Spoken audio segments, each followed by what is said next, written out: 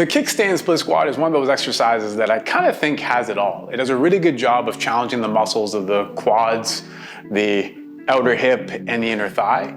It can help drive mobility at the ankle. It has a lot of similarities to functions and positions that we'd assume in regular day-to-day life, so that could be beneficial for both injury prevention and for sport performance. And it's pretty intuitive. Once we master the fundamentals of the position, it's actually fairly simple to figure out and a challenge and load.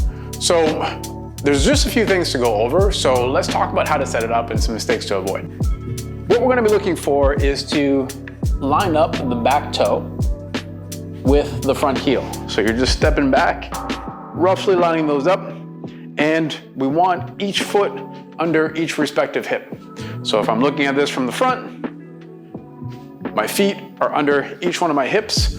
So we want to think about this as a kind of train track position rather than a tightrope.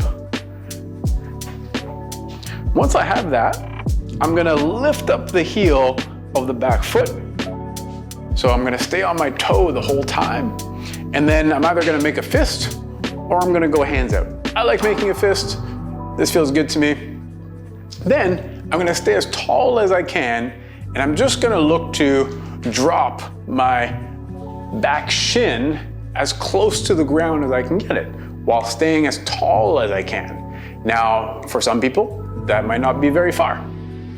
As you get more and more comfortable with this, you're gonna keep driving down to that bottom position, looking to keep the whole foot on the ground, staying tall, right on the back toe, and then pushing straight up from there. Most of my weight should be on the foot that is flat on the ground. You do get some help from the foot that's on the toe, but we do want to try to actively think about pushing through that front leg as best we can, staying tall. So key things to get the most out of this movement. One, we want to make sure that this back foot stays fairly close to the front foot. If you feel a little off balance or awkward, or like you're folding forward, it might mean that the back foot is too far. So bringing it further forward will probably be more comfortable. The other thing is this places a lot of demand on how much ankle mobility we have through that front foot. Now, I talked to you about how this does drive a position that we're looking for, but we do want to make sure that the front foot stays grounded so we have contact through the big toe, little toe, and heel. That's whole foot. And we keep driving the knee over the toe as best we can on the way down. That might limit how far you can go. That's okay. You're only going to go as far as you can get into that position. One thing that might help is if you really find yourself restricted in this position, you could create a little bit of lift on that front heel. So we could take something like a plate, like this, or some other object. We can throw that under the front heel.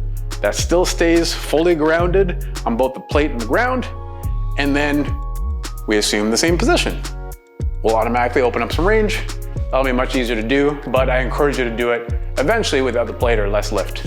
Lastly, I want to stay as tall as possible as I go down into the position. So I want to imagine like I got a logo on my chest.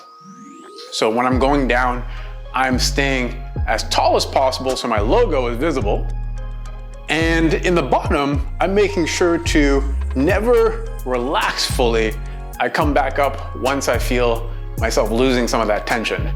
So rather than going down and relaxing, I'm gonna make sure that I keep pushing through this bottom foot, keeping tension, coming back to that top position.